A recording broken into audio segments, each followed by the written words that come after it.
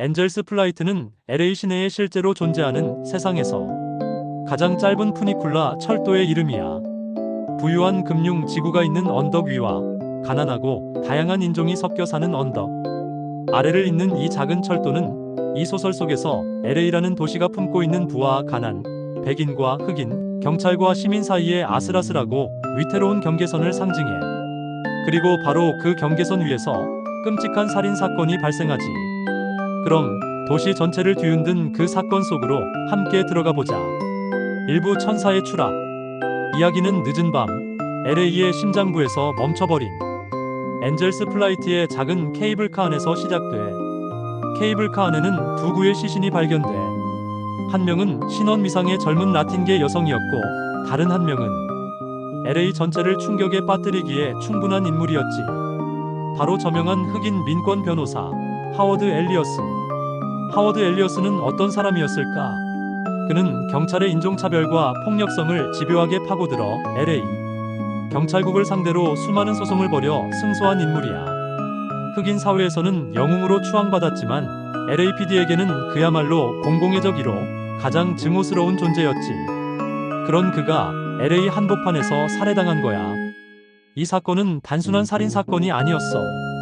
그것은 LA라는 도시 전체에 던져진 독이 든 성배였지.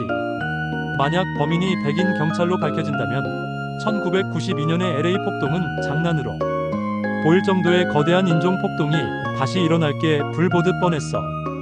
이 폭탄 같은 사건의 수사 책임자로 바로 해리 보슈가 지명돼.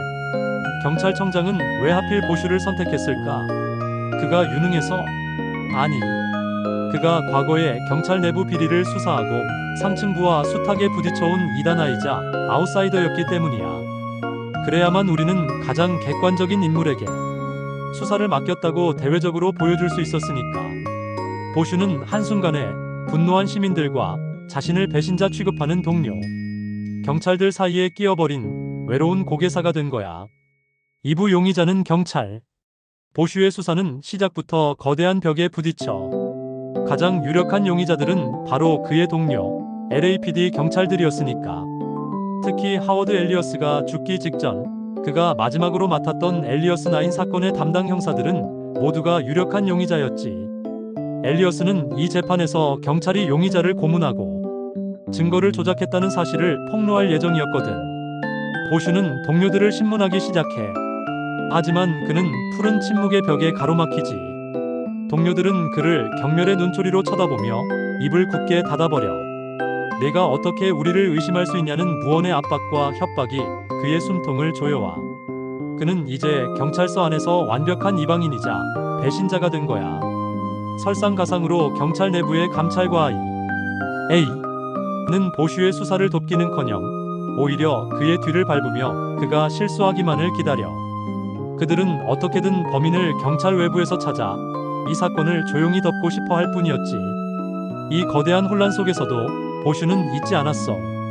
엘리어스 옆에서 함께 죽어간 이름 모를 라틴계 여성의 존재를. 모두가 유명인인 엘리어스에게만 집중할 때 보슈는 그녀의 신원을 밝히는 것이 이 사건의 진짜 열쇠라고 믿고 그녀의 흔적을 끈질기게 추적해. 3부 도시의 균열. 사건의 여파는 LA 전체를 뒤흔들기 시작해. 언론은 연일 자극적인 기사를 쏟아내고 흑인 사회의 분노는 폭발 직전에 이르렀지. 시장과 경찰청장은 어떻게든 폭동을 막기 위해 보슈에게 빨리 범인을 체포하라고 매일같이 압력을 넣어.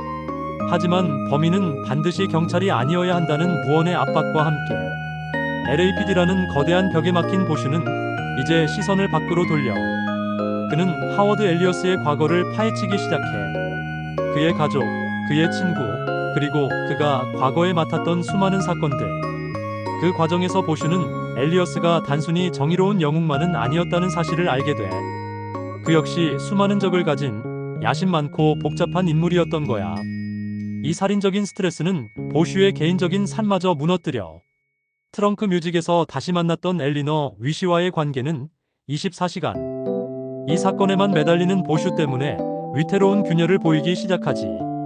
그는 도시의 균열과 함께 자기 자신의 삶도 조각나고 있음을 느껴. 사부 진실의 종착역. 모든 것이 막다른 길에 다다른 듯 보였던 순간 보슈는 마침내 진실의 실마리를 찾아내. 그것은 현재의 엘리어스 9 사건이 아니라 아주 오래전 모두의 기억 속에서 잊혔던 엘리어스의 과거 한 사건 속에 숨겨져 있었지. 과거의 엘리어스는 어린 소녀를 성추행하고 살해한 흉악범을 변호해 무죄로 풀려나게 해준 적이 있었어. 법기술을 총동원해 명백한 범죄자를 풀어준 그의 커리어 중 가장 논란이 많았던 사건이었지. 그리고 마침내 모든 퍼즐이 맞춰졌어. 하워드 엘리어스를 살해한 범인은 바로 그 옛날 사건의 희생자였던 어린 소녀의 할아버지였던 거야. 그는 자신의 손녀를 죽인 흉악범을 풀어준 엘리어스에게 복수하기 위해 수년간 칼을 갈아왔던 거지. 그는 엘리어스의 정보를 캐내기 위해 그의 내연녀 엔젤스 플라이트에서 함께 죽은 라틴계 여성에게 접근했고 마침내 두 사람을 엔젤스 플라이트로 유인해 자신의 손으로 복수를 완성했던 거야. 사건의 진실은 도시를 뒤흔들던 인종 갈등이나 경찰의 음모와는 아무런 상관이 없는 한 개인의 처절하고도 뒤틀린 복수극이었던 거지. 보슈는 범인을 체포하고 도시의 폭동을 막아냈어. 그는 영웅이 되었지만 그에게 남은 것은 깊은 상처뿐이었지. 그는 이 사건을 통해 LAPD 내에서 돌아올 수 없는 강을 건넜고 사랑하는 연인과의 관계도 위기에 처했어. 사건이 끝난 후 그는 멈춰 선 엔젤스 플라이트를 바라봐. 언덕 위와 아래를 잇는 작은 철도. 그는 자신이 그 철도처럼 어디에도 속하지 못한 채 그 경계선 위에 위태롭게 서 있다는 것을 다시 한번 실감해. 그는 도시를 구했지만 자기 자신은 구하지 못했지. 이것이 바로 엔젤스 플라이트가 남긴 영광스럽고도 쓸쓸한 진실이었어.